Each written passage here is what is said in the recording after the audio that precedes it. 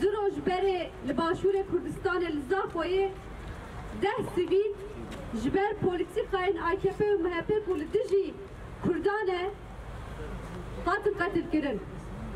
Em tiştê ku herî dawî bêjin em serî da bêjin.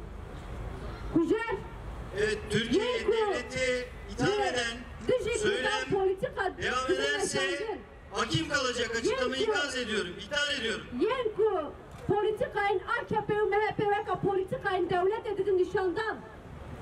Yen ku netice Kurdan, netice hamu deskeftiyen Kurdan eriş pektiğinin kujer bu konu. İroj heger deh sivil başvuru Kurdistan hattını katıp girin.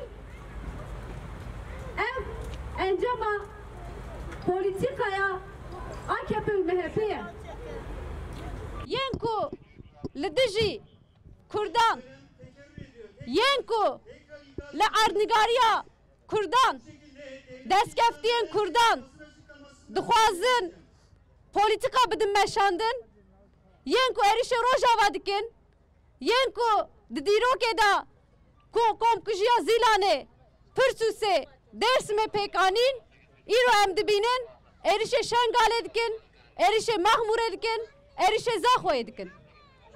Lê em dubare ev tişt dibêjin. Ji bo ku pêşiya van kuşnan bên dayîn ji bo ku pêşiya şer bê sekinandin pêwîst e îradeya gelê Kurd bên naskirin û deh ji van polîtikayên şer berdin. Îroj em dibînin ku li ku destkeftiyek Kurd hebe desthilatdariya Tirkiye êrişê wê derê dike. Lê li dijî vê yekê li dijî ew tune hesibandina îradeya gelê Kurd ew tune hesibandina nasnameya Kurd çanda Kurd zimanê Kurdî îroj gelê Kurd pêwîst e yekîtiya xwe ava bike.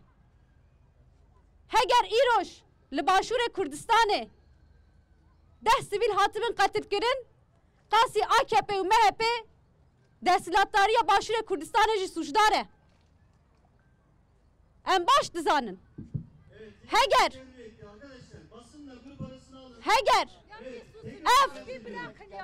ev devam bike. Yen ku îroj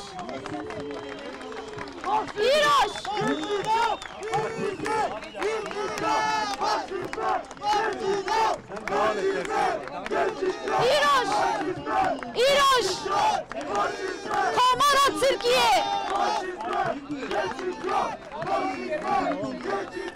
Yenku Komara Türkiye politikayın AKP ve MHP veka politikayın Komara Türkiye dedi nişandan em dibini ku hezin evlehi jihidi bune hezin AKP ve MHP Yenku lidişi Kurdan Yenku Kurdan katil dikin ev hişmendiye em dubare dibêjin em lidijî vê hişmendiyê tê dikoşin em dubare dibêjin em vêm komkujiyê qebûl nakin em dubare dibêjin çawa ku lidijî Dêrsimê lidijî komkujiya Dêrsimê lidijî komkujiya Pirsûsê lidijî komkujiya Zîlanê me xwe dabe em ê lidijî komkujiya Zaxo jî li ber xwe bidin û em ê ti carî ew polîtikayên ku li dijî Kurdan tên meşandin ew polîtikayên şer nedin meşandin û em ê qebûl nekin yên ku êrişên li ser Rojava erê dikin yên ku êrişên li ser Başûr erê dikin di heman demê da hevkarê AKP û MHP ne di heman demê da berpirsyarên vê komkujiyê ne Milletvekillerimizi sağduyuya davet ediyorum. Ez jî parlamenteran daxwaz dikim got bi aqilekî hişyar biaxivin. Ev gotar bi wan nakeve. Em van iddiaya qebûl nakin. Em gotinên got dewletê sûcdar dikin jî bi tundî red dikin. Helbet em êrîşa mefhûm bi tundî şermezar dikin. Lê van tawanbariyên li dewletê jî qebûl nakin. Ji ber wê ez ê nehêlim got daxuyanî bidome.